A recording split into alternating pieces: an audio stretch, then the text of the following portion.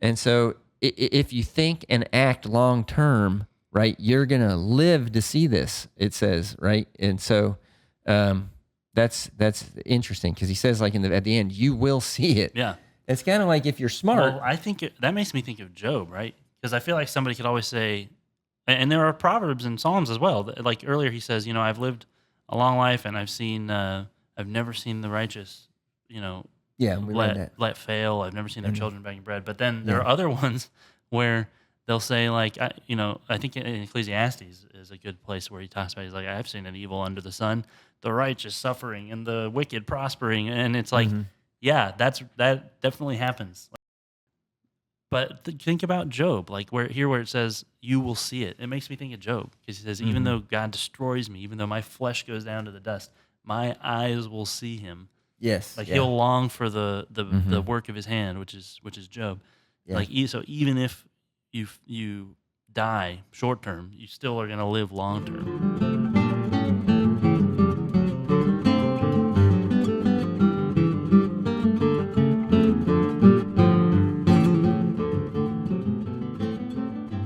Welcome to Biblocus, where the Bible intersects with your life. I'm Timothy. And I'm Caleb. And you're listening to Bible Discussions, the forum where we explore biblical topics that are relevant to your life.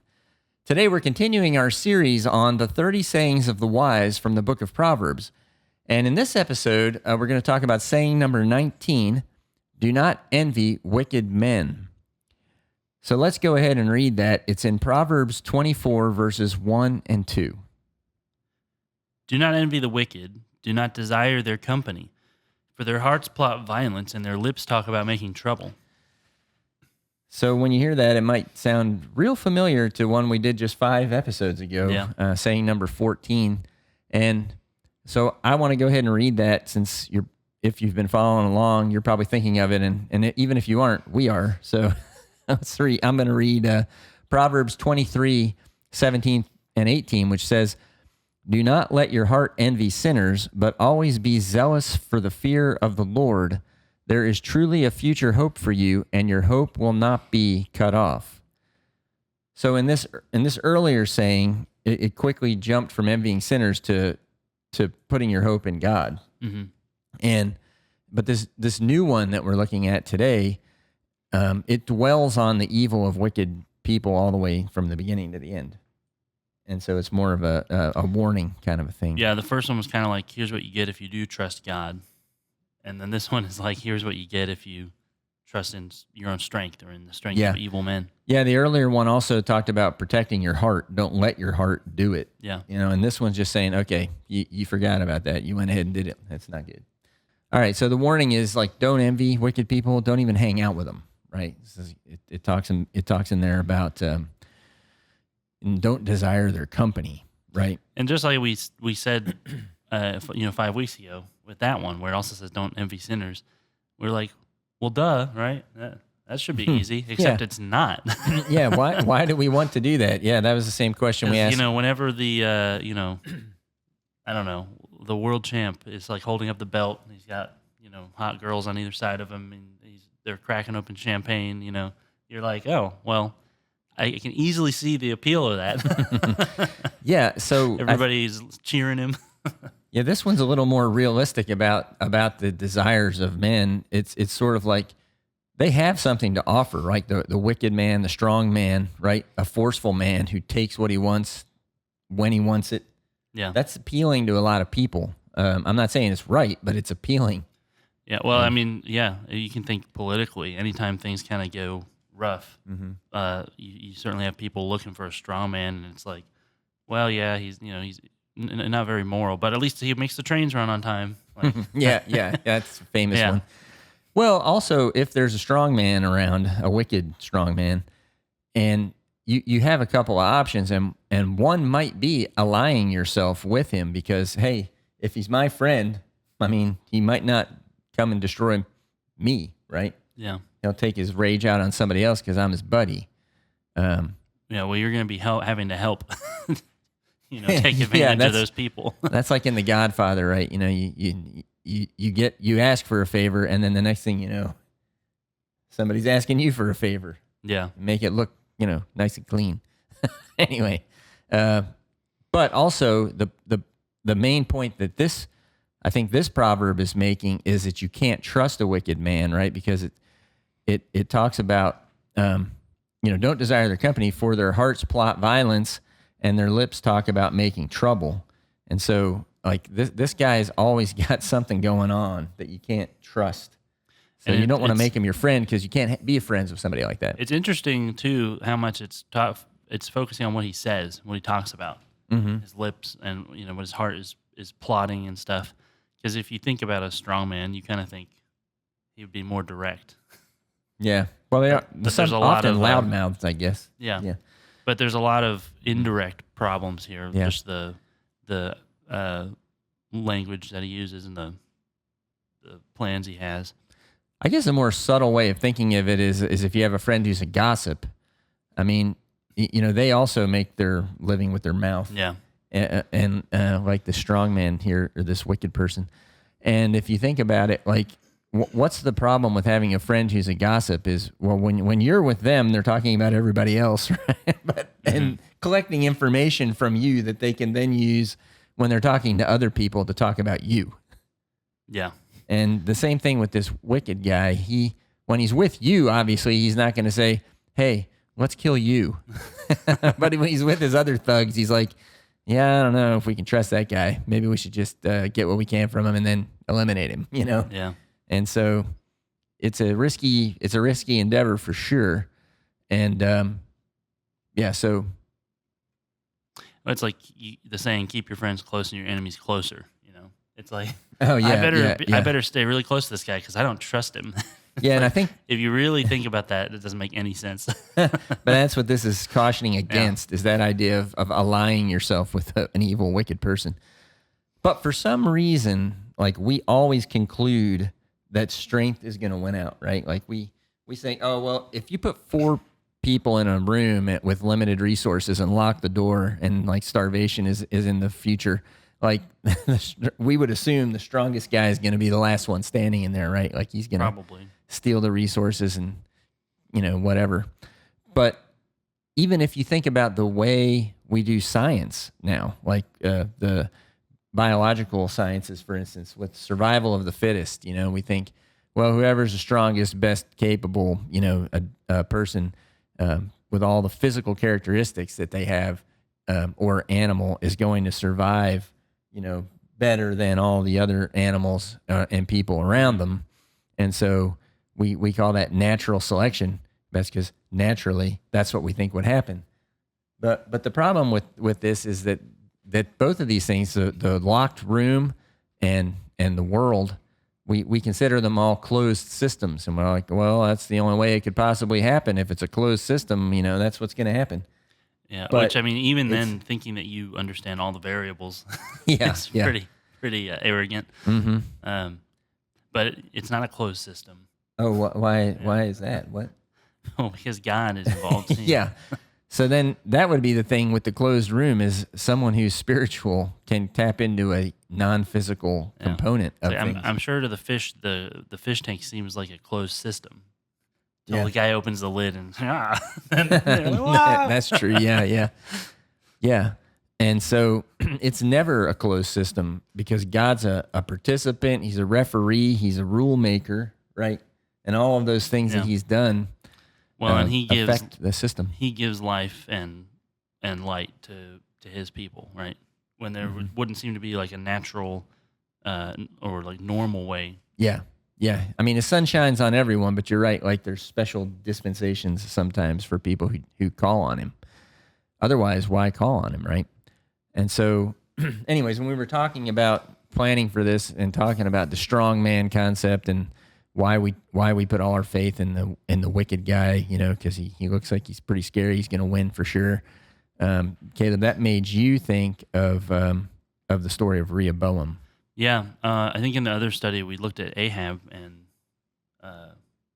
who was it? Josiah? Oh, yeah, Josiah being friends. Yeah. And plotting to go kill some people. Yeah. That was even an earlier episode, which is don't be friends with an angry person. Yeah. But yes, but we talked about it. I thought of that story, and I was like, well, we already did that. And then I realized that the story of Rehoboam is even more particularly in tune with this saying. Mm-hmm. So we'll read that. Yeah, and then so to set all, you want to set all? Oh yeah. So this is 1 Kings 12, and what's been happening there is the end of Solomon's reign. There's a guy named Jeroboam who tries to overthrow Solomon, rebel against him, and he's had to flee the country, and he's living in Egypt. So Solomon dies. His son Rehoboam comes to the power and takes the throne. And then this is what happens in 1 Kings 12, 1 through 11. Rehoboam went to Shechem, for all Israel had gone there to make him king. When Jeroboam son of Nebat heard this, he was still in Egypt, where he had fled from King Solomon. He returned from Egypt. So they sent for Jeroboam, and he and the whole assembly of Israel went to Rehoboam and said to him, "Your father put a heavy yoke on us, but now lighten the harsh labor and the heavy yoke he put on us, and we will serve you." Rehoboam answered, "Go away for 3 days and then come back to me." So the people went away. Then King Rehoboam consulted the elders who had served his father Solomon during his lifetime. "How would you advise me to answer these people?" he asked. They replied, "If today you will be a servant to these people and serve them and give them a favorable answer, they will always be your servants." But Rehoboam rejected the advice the elders gave him and consulted the young men who had grown up with him and were serving him. He asked them, "What is your advice? How should we answer these people who are saying to me, 'Lighten the yoke your father put on us'?" The young men who had grown up with him replied, "These people have said to you, 'Your father put a heavy yoke on us, but make our yoke lighter.' Now tell them, 'My little finger is thicker than my father's waist. My father laid on you a heavy yoke. I will make it even heavier. My father scourged you with whips. I will scourge you with scorpions." Well, that's a nice picture. And that's where we'll stop. You can read the whole chapter. It doesn't get better. No. Obviously, they don't like that. And I mean, so Yeah, the people don't like it because he takes this approach. Yeah. Yeah. So, I mean, there's just so many red flags here, and especially having, the whole Bible and being able to look back on it, it's just another one of those comically bad stories. Like, So here's the guy who rebelled against the last king. He leads a delegation of the people to the king and was like, "Hey, lighten the yoke." And that's because Solomon had all these building projects. So he was like conscripting everybody to come and work, build the temple and palace and build, walls and stuff. So they're like, "We're tired of doing that."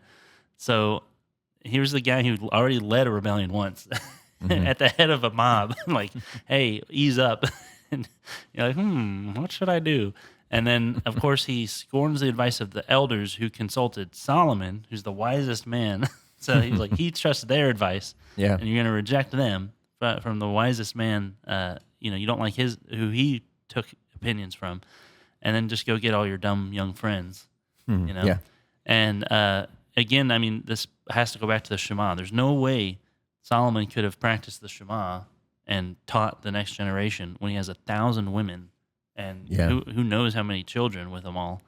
Rehoboam was just lost in the crowd, hanging out with a bunch of idiots, apparently. Yeah, there's no way you can emotionally support your wives and kids when you have that many. It's crazy. Anyway, what ends up happening, of course, is he takes the advice of his friends. He goes and tells the people that, and they're like, "Okay, well, Jeroboam's our king now," and that's why the kingdom of Israel splits into Judah and Israel, the northern kingdom. Jeroboam becomes the king of the north, and only the south in Judah remains with Rehoboam. Yeah. I mean, these young people, they make the classic error of trusting in power, right? I mean, as we've seen in the sayings of the wise, almost every one of them is about taking a long-term view of things and not a short-term. And here the young people, because they're young and foolish, they don't take a wise approach. They don't take a long-term look at it. They just go, "No, we're in charge now, and this is our first chance, to have a big impact and show how powerful we are, Yeah. And it's like a very short-term, very ill thought-out process there. Well, if you go back to the proverb here, right, what does it say about these people? That you shouldn't want their company? Right. That their hearts plot violence and their lips talk about making trouble. It's like, that's the most accurate description of what just happened. Yeah. And what ends up happening, of course, is the kingdom splits. That the rebellion comes to fruition, and they never reunite after that, and they sometimes go to war with each other. Or even when they do work together, it's because Ahab wants to kill a bunch of people. It's like so the violence is there now. Yeah, and the elders, they knew better. Like when the young people are like, "No, we'll use force and coercion to get our way," and the elders are like, "I don't think so. You want to get your way? The best way to get your way is, by being kind to people, by being a servant leader." Well, look at that advice, right? That is Jesus' advice, his leadership advice. He tells the apostles, right? Yeah. Like the leaders of the Gentiles lorded over them, but the Son of Man came not to be served, but to serve, right? And that's his example is by serving us to make us into better servants. Yeah, I thought it was interesting. You brought up that the mob came to him. Not the mob like our modern mob, but the angry mob came to him, and said, made this proposal to him. And I like the way the proposal ended. It says, "Hey, if you lighten the load on us," it says, "and then we will serve you." Yeah. They were very deprecating, like at the end, and then like the elders tell him, well, what you should do is you should if you want these people to be your servants, then you should go back and say, "I'll be your servant." Right in their answer, they said, "If today you will be a servant to these people and serve them and give them a favorable answer, they will always serve you," right? Yeah. And so he's like, "I ain't serving nobody. Like, Yeah. I'm in charge." You can picture him like he's a spoiled kid. You can picture him like sitting there on the throne for the first time with all these elders. And he's like squirming around. his robe just too big for him. He'd rather be playing Xbox with his buddies, And, and they're all giving him this advice. He's like, "Oh, this is so boring," Yeah. So it didn't work.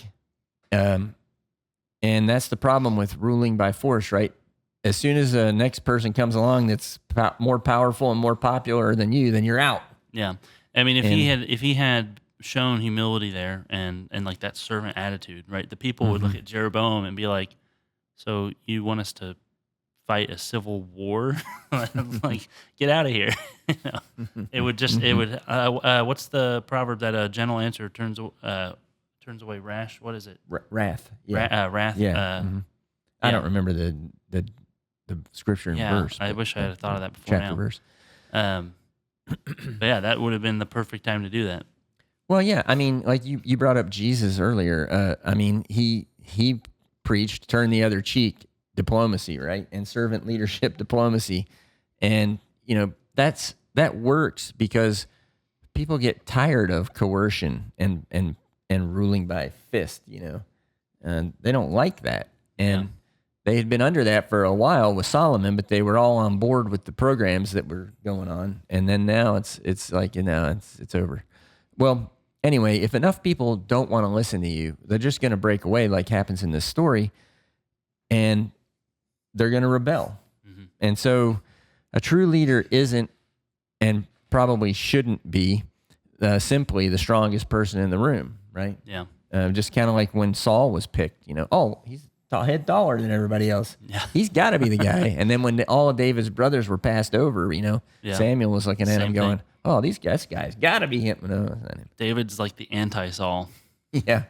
Yeah. So it's not always like physical attributes and characteristics that make a person the best leader. I mean, those things can factor in, but it's kind of like Captain America. That's a good example. Like, no, don't give this formula to somebody who's already a strong man. Whatever you do. Yeah, when they're if you haven't seen that movie, Captain America is a superhero, and it's basically science fiction. This guy's got some kind of serum you can inject to turn somebody into a super soldier. But the scientist knows that it doesn't just enhance your physical traits, it also enhances your emotional and mental, spiritual traits. So the army, of course, is like, here's all the biggest, strongest, angriest guys in the army. Give us our super soldiers. And he's like, no. And he picks the guy who's like got asthma and he's like super scrawny, just wants to serve his country. And he throws himself. He does a demonstration. He pulls the pin on a dummy grenade that nobody knows is a dummy and throws it out. And that guy dives on it. And, and then he's like, yeah, that's the guy we're going with because it's going to exacerbate all their bad traits to give them this thing. Yeah, and that's exactly what happens when you appease or I guess feed the ego of the strong man. Yeah. He just goes nutso. And if he becomes king and, God help everyone. And that's what happened here, like with Rehoboam, right? And that's the other problem is God he's had to help surrounded by everyone. yes men who just want to feed his ego, like you were saying. Yeah. So, hey, we know all of this. We're sitting here talking about it, just like the elders talked to Rehoboam about it. And it doesn't matter, right? Because everybody loves the strong man. Yeah.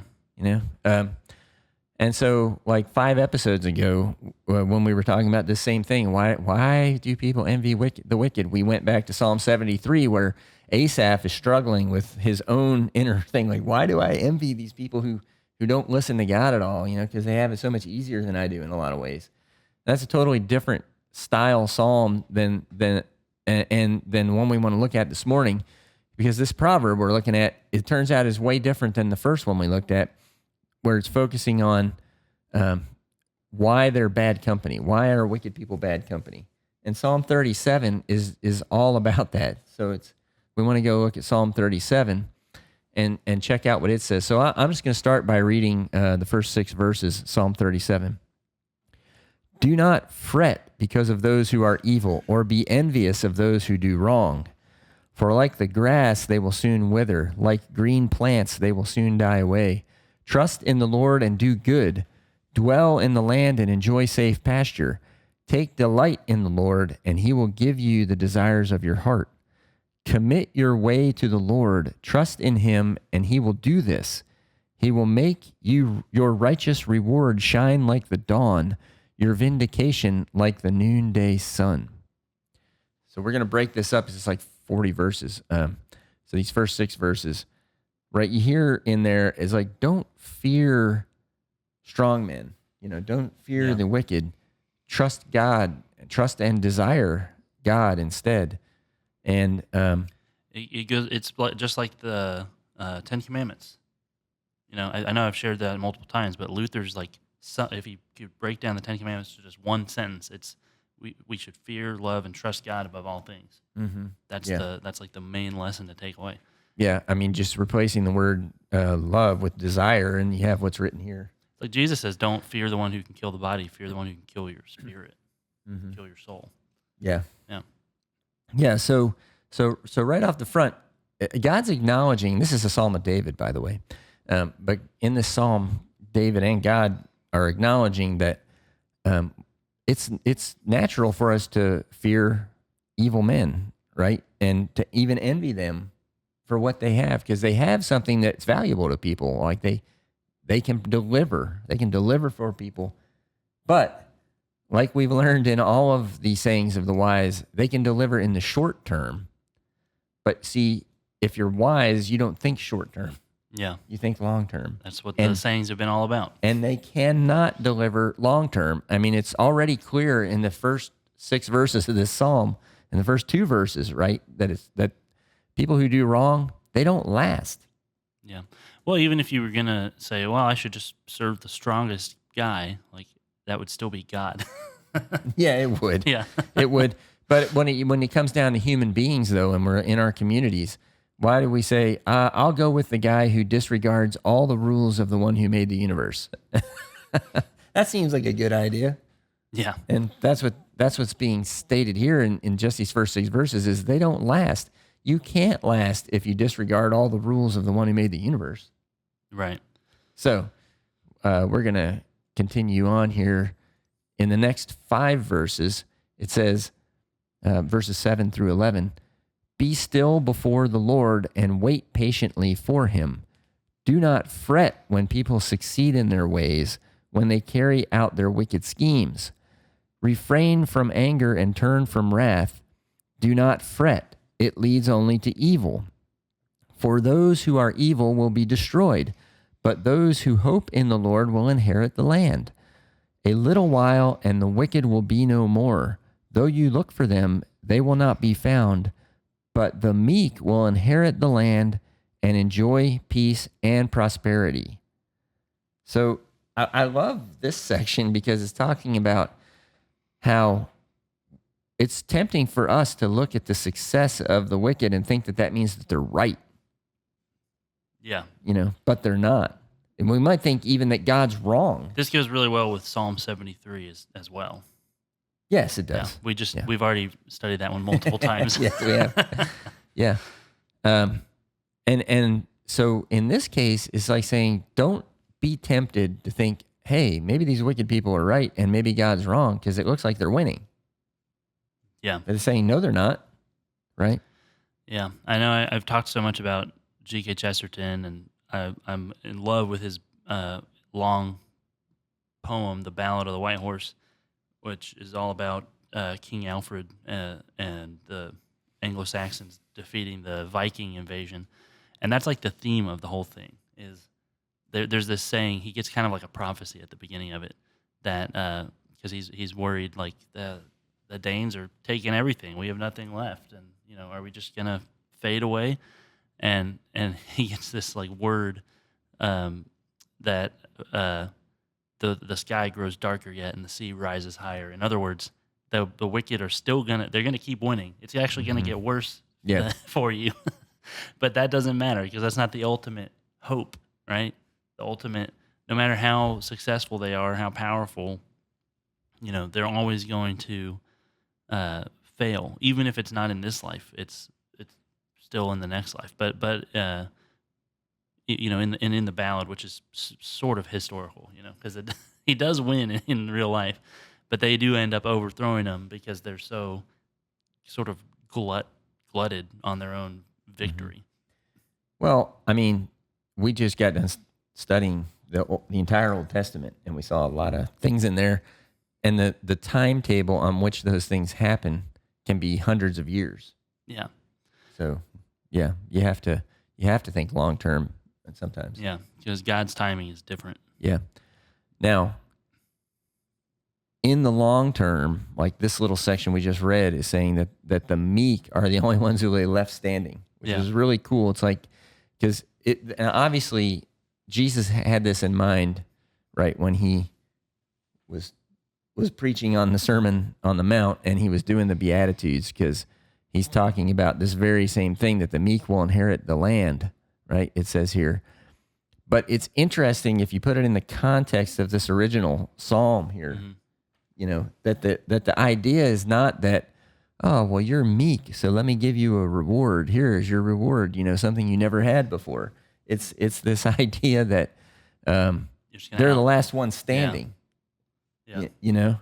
And so I wanted to go look at the Beatitudes, because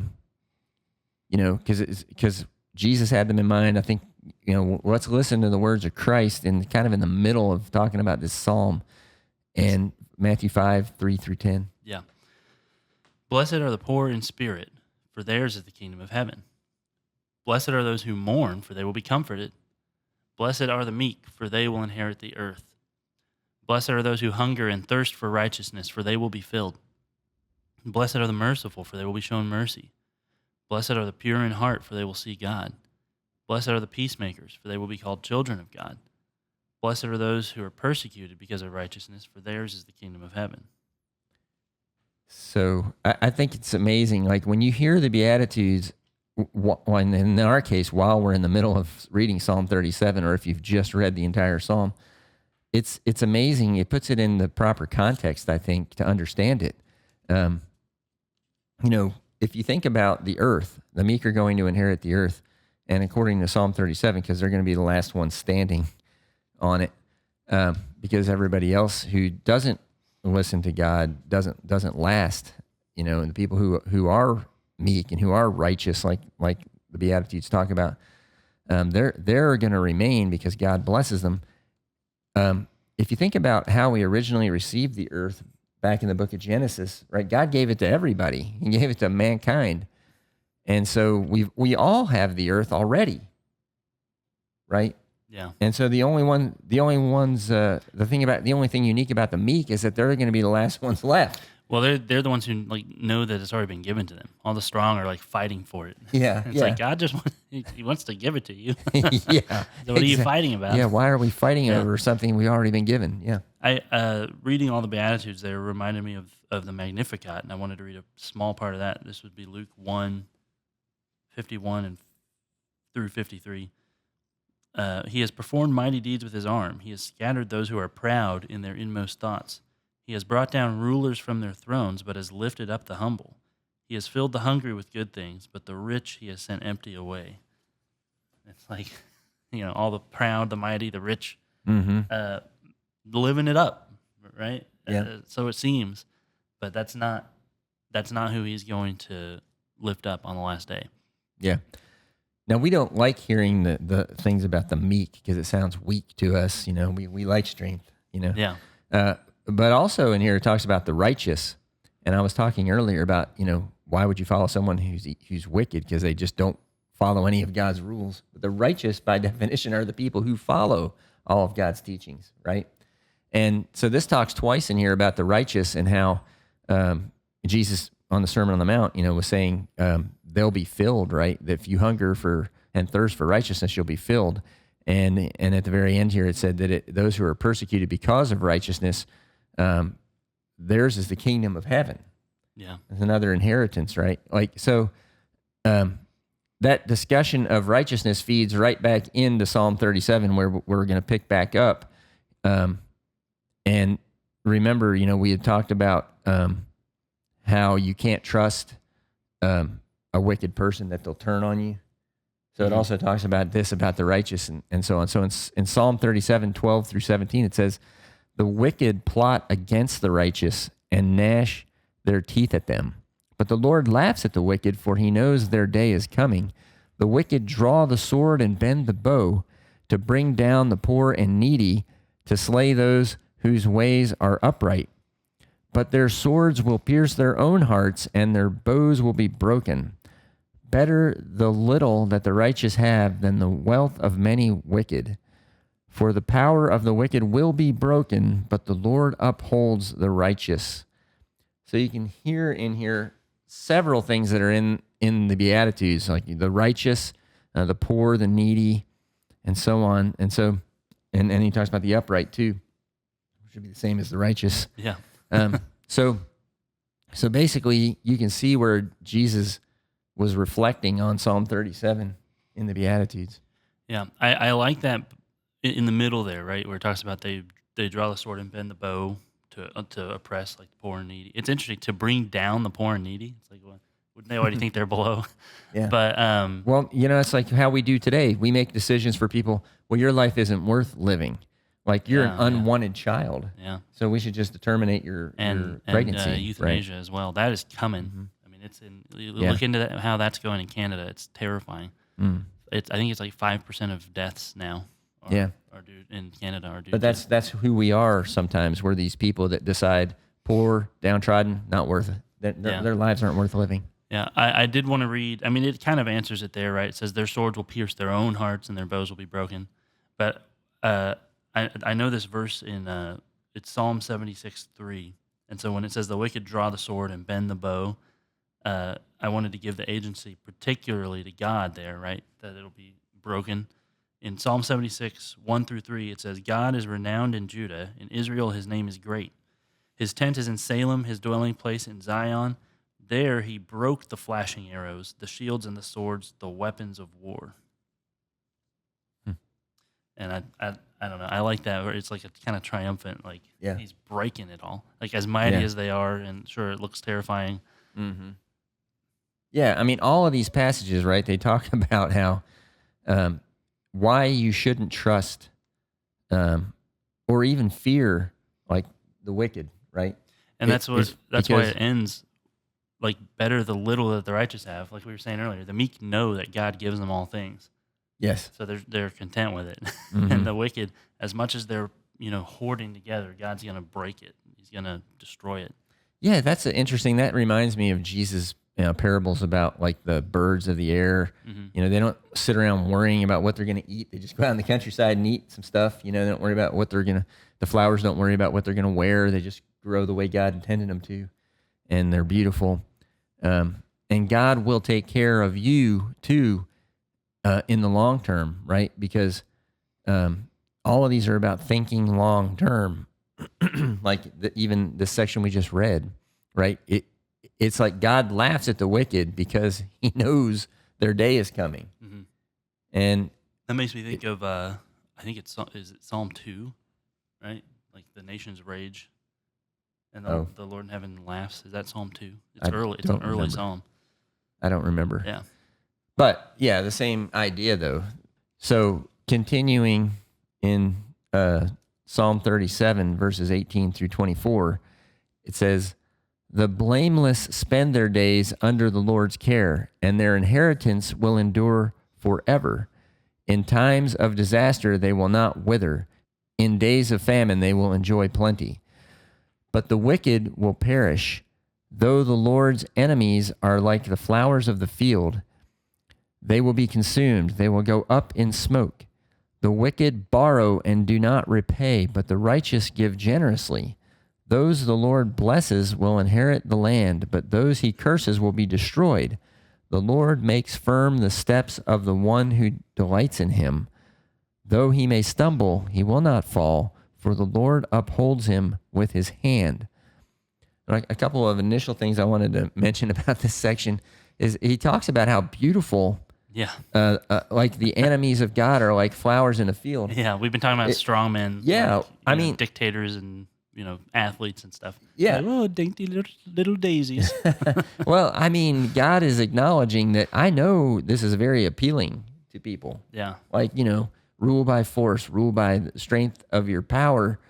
The problem is that it's not a good long-term strategy. Yeah. Just like the elders tried to tell Rehoboam, right? And the young people were too stupid to know the difference, right? They were like, yeah, power, rule, we got it, Yeah.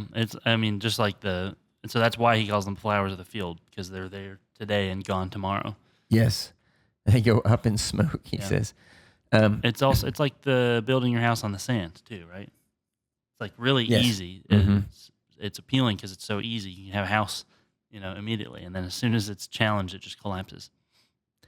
Yeah, and notice that it's not a closed system. If you read this, like we were talking about, how it's never a closed system. Like even like the last sentence there, or the last two sentences.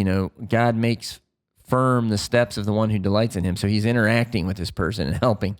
And it says, though he may stumble, he will not fall, for the Lord upholds him with his hand. So that's like if a guy was in the closed system and starts to fall, he's like, whoa, hold on, and helps him. Mm-hmm. So there's external help. There's a spiritual power that you have when you follow God. Yeah. And so living by his rules, even you think of them legalistically, you say, oh, I can't earn my way to anything. No, but if you live the way God intended you to live, you're going to have the best life you can have. Yeah, because the rules are not arbitrary. Right. It's not just legalistic. Like, well, let's just see if we can keep these rules. Right. It's like, well, I made everything, and I know how it's supposed to work. And of course, the problem is we live in a broken world. So sometimes it's not going to work because of the corruption of yourself or people around you. But what this is saying is he's going to help you make it work. Yeah, he's going to intervene on behalf of righteous and blameless people, right? People who play by his rules. And so he isn't, this is the thing, it's like he's not changing the rules by intervening. Mm-hmm. He's upholding the rules, right? These are the rules, and the people who follow them benefit from them in the long term. Yeah. Because they're doing the right thing. And that always works out for the best. And that's what you have to believe if you believe in God. So, all right, like I said, it's a long psalm. We're a little over halfway. So, Caleb, you want to read Psalm 37, 25 through 31? Yeah. I was young and now I am old, yet I have never seen the righteous forsaken or their children begging bread. They are always generous and lend freely. Their children will be a blessing. Turn from evil and do good, then you will dwell in the land forever. For the Lord loves the just and will not forsake his faithful ones. Wrongdoers will be completely destroyed. The offspring of the wicked will perish. The righteous will inherit the land and dwell in it forever. The mouths of the righteous utter wisdom, and their tongues speak what is just. The law of their God is in their hearts, their feet do not slip. Those last two verses there, so strongly opposed to the wicked in the saying from Proverbs 24 there that we started with, right? Their hearts plot, I forget which way it was, but their hearts and their lips, they plot violence and they stir up trouble. And here, the what's on their hearts and their lips, wisdom, justice, the law of God. Mm-hmm. Sayings of the wise. Yeah. Oh, wait. Yeah. Yeah, that's really cool. Yeah. And so earlier we had said that the elders had more experience, and that's why you should listen to them, right? And if you read this, it's starting to say, and we were talking about God works over hundreds of years, but also he works within a single lifespan. Because some of these statements in here is like, well, I was young and now I'm old, and I tell you what, I've never seen a righteous man forsaken, right? And so he's saying if you live your life the right way, it works out. God's planned it that way, and he also intervenes.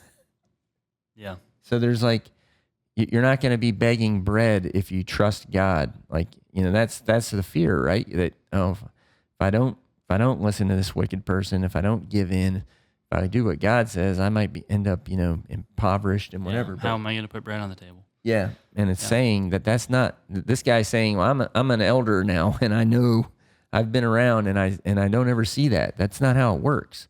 And your thinking, is clouded, because even if there is an evil person bullying everybody right now, that guy is not going to last, because they never can. Yeah, I mean that's why. Well, so the long term, if you want to last long term, what does it say about the way to stay in the land? Turn from evil and do good. Yeah, and then you'll dwell in the land forever, which is an interesting promise. We've seen that tied to honoring your father and mother, right? Yes. Or honoring your elders, like Rehoboam wouldn't do. Right. The guys that Solomon took advice from. I assume those guys are all old and wise, Yeah. So, and that goes back to like what you were talking about leadership. You said earlier, the leader shouldn't just be the strongest guy in the room necessarily. Right. Because that's not what leadership is, godly leadership, right? And that's another good Chesterton quote. He says, this is in What is Wrong with the World. That's his book of his, which is a fun title. But one of the things he spends quite a while laboring on is kind of our view of submission and leadership. And he likes to use the army as an example. Like, they don't just promote, like, the general is almost never actually the best soldier or even the smartest guy. And I mean, we've watched a lot of MASH in our family, and that's like one of the running jokes in MASH is that like the higher up the officers go, usually the bigger idiots they are. They have no idea what's going on. And Chesterton says, well, that's actually kind of the strength, because then everyone has to obey them. They have to submit to them just because it teaches them discipline. And so the saying, like the quote that he has is, submission to a weak man is discipline. Submission to a strong man is servility. So in other words, if you'll be wise and disciplined if you can submit to a leader, even when you think you shouldn't. Your boss at work, your parents, your pastor, the government, like whoever it is. Keep in mind, like Paul and Peter are telling people submit to the government, honor the emperor. They're writing under Emperor Nero, like at that time. Certainly Paul was. I don't remember when Peter's letters were written, or if we know exactly, but like that was not an easy thing to do, right? It wasn't like he was getting any kind of benefits from Nero being in power. Yeah. Well, and even if you think about it, okay, like, so we've said both. We've said sometimes things don't work out in a lifetime, and then we've said things are going to work out in your lifetime. Yeah. But even if they don't work out in your lifetime, if you're doing something like honoring your parents, they've lived longer than you, obviously, or they couldn't be your parents. And then they had parents before them, and if they were honoring their parents, they learned the lessons from their parents' lifetimes. I mean, eventually you're going to go back for several lifetimes. If you're honoring, your ancestors and listening to the things, the norms of your community that have been forged over, maybe centuries, then you are benefiting from intergenerational, multi-generational, kinds of wisdom, right? Which is what the whole point of studying the saints or the wise is, or even reading a Bible is. I got to get this multi-generational wisdom so I don't have to repeat all the same mistakes in my own life. Yeah. And then speaking of kind of ancestry there, right, or progeny going in both directions, it says the wicked get no offspring, right? Yeah, that's kind of the offspring will be destroyed. They'll be they'll perish. Yeah. So this is all about God's trying to tell us long-term strategy and best strategy for life is to live the way I'm teaching you. That's why I bothered to give you a revelation in the first place, so you wouldn't live without it. You wouldn't wander around bumping into walls in the dark, right? I'm giving you the light. I'm giving you the path to follow. And when you do that, your life's so much better. That's why I've come to love Psalm 19, which is like a really weird psalm I feel like to have as your favorite. Mm-hmm. It's all about the law of the Lord, and it seems like almost legalistic. But it talks about one of the first things it says is it talks about the sun rising from one end of the earth to the other, and nothing's hidden from its light. And then it goes into the law of the Lord is perfect, and it's upright, and it's like it's valuable, and so on. So much praise of God's law, and it's like because we're not like grasping in the dark trying to figure things out. And he actually designed it to be a certain way and tells us what it is. All right, well, cool.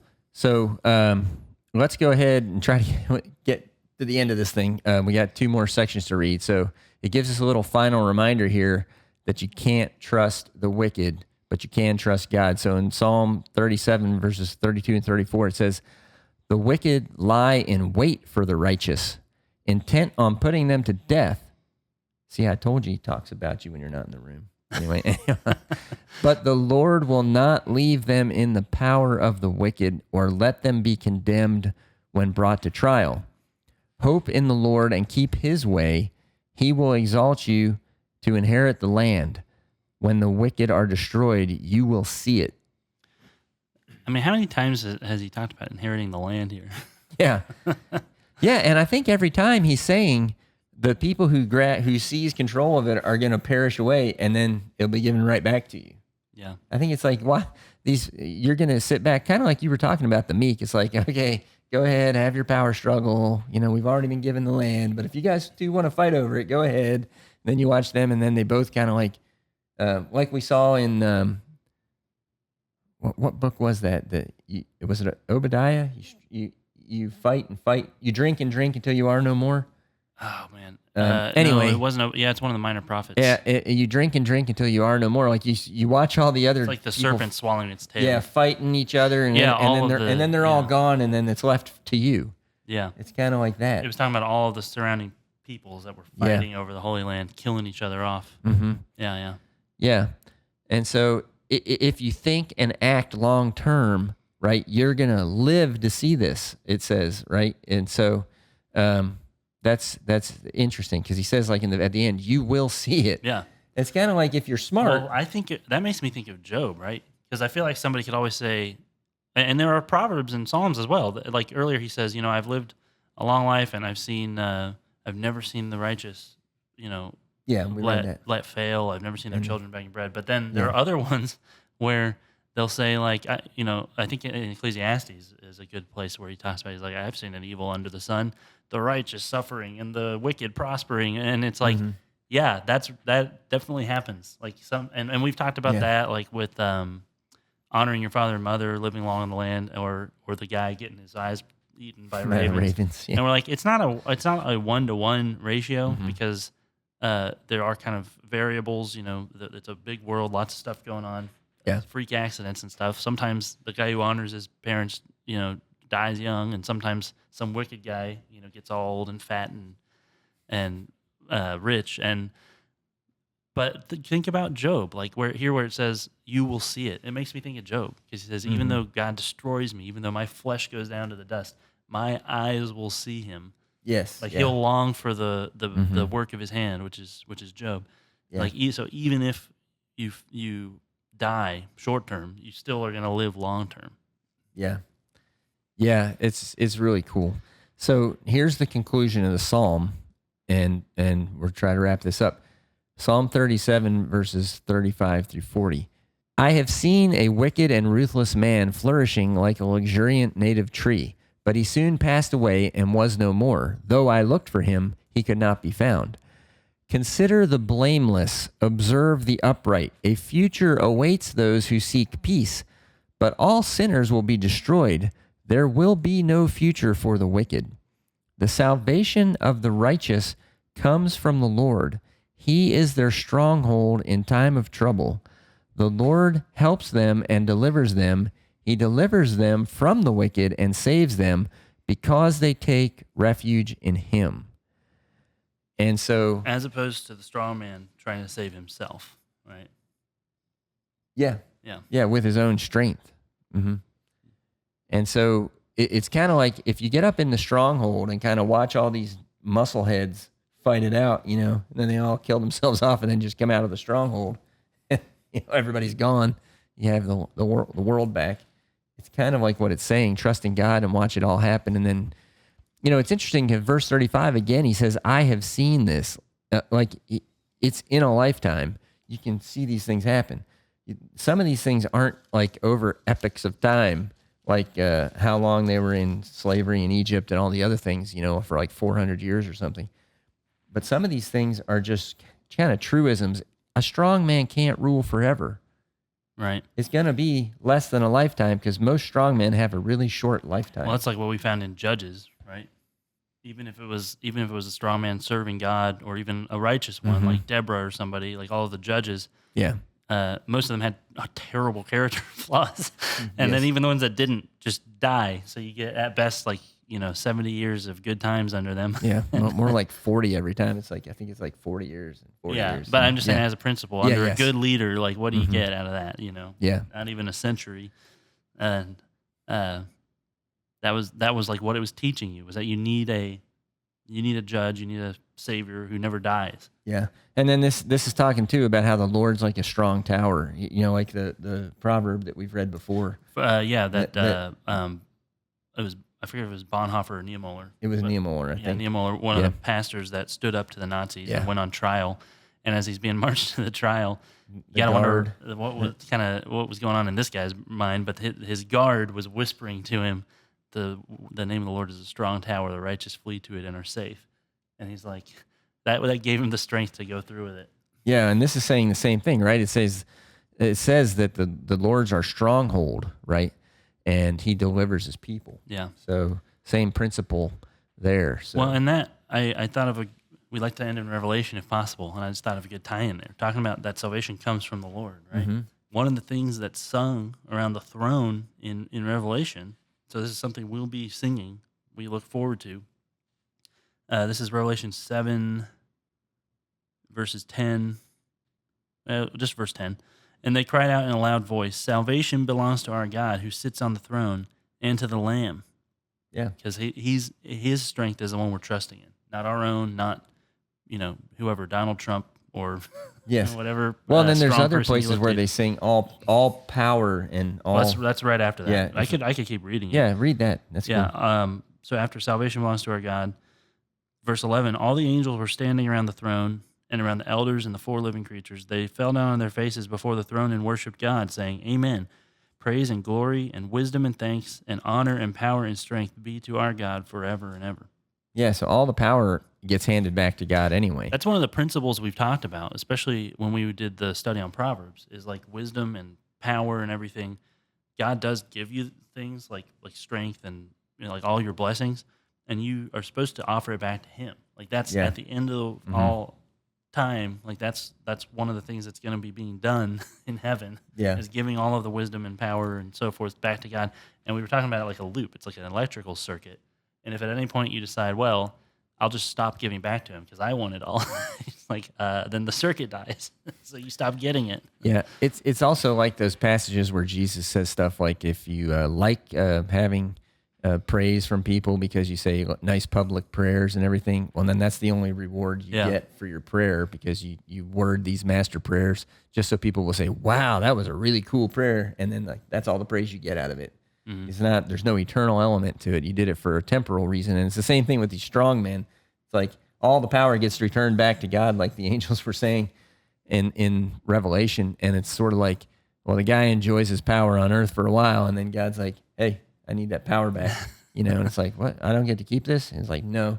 And then the meek people are like, do you continue taking care of us for eternity? Like we've been letting you care for us all through our lives. And God's like, yeah. And so they're like, oh, cool. Yeah. You never had to fight and scrabble for it in the first place. Yeah. So I guess all of this stuff we've been studying, did you have something else? Okay. We have to end in Revelation. We can't add anything else. Oh, yeah. Okay, we're done.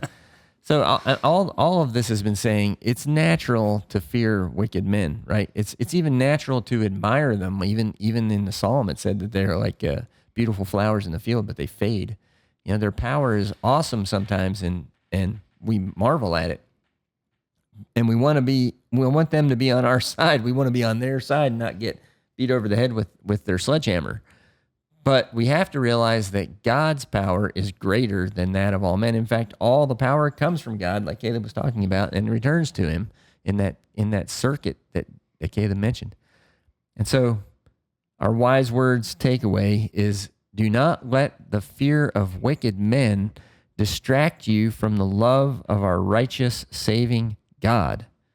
Right? Because all these passages are talking about how he saves you in the end. Don't worry about it. Yeah. Don't fret about it. It's like, how many times was it like, don't fret over it. Don't fret over it at the beginning of this Psalm 37. So anyway. Yeah, that was the other thing. It was like he kept repeating, don't fear wicked people and you will inherit the land. Yeah. So if we're going to learn how to trust God, where do we find a group of people who are trusting in God to save them? I don't know. At a strongman convention? At a church, of course. Caleb, come on. Oh, okay. So as we always do, I've been doing it wrong. We encourage you to go to a church and not to the local strongman convention, whatever that is. Yeah. Like I'm thinking of like where they do like the ridiculous weightlifting, pulling planes and Oh stuff. yeah. I don't know where they organize those. Anyways, we encourage everybody to go to a local church. You probably know someone. If you don't already go to a church, you probably know someone you respect that goes to a church. And so ask them if you can join them at their church. But, try to start finding ways to place your trust and faith in God, and hanging around with people who already do that is a good strategy to learn more about that. Yeah. So, okay, well, he's Caleb and I'm Timothy. And thank you for listening to Bible Discussions on Biblocus, where the Bible intersects with your life. Please consider subscribing to our channel to help support our efforts. All scripture quotations, unless otherwise indicated, are taken from the Holy Bible, New International Version, NIV, copyright by Biblica, Inc., used by permission of Zondervan, all rights reserved. This program is copyright 2025 by Timothy Klingerman. God bless all of you.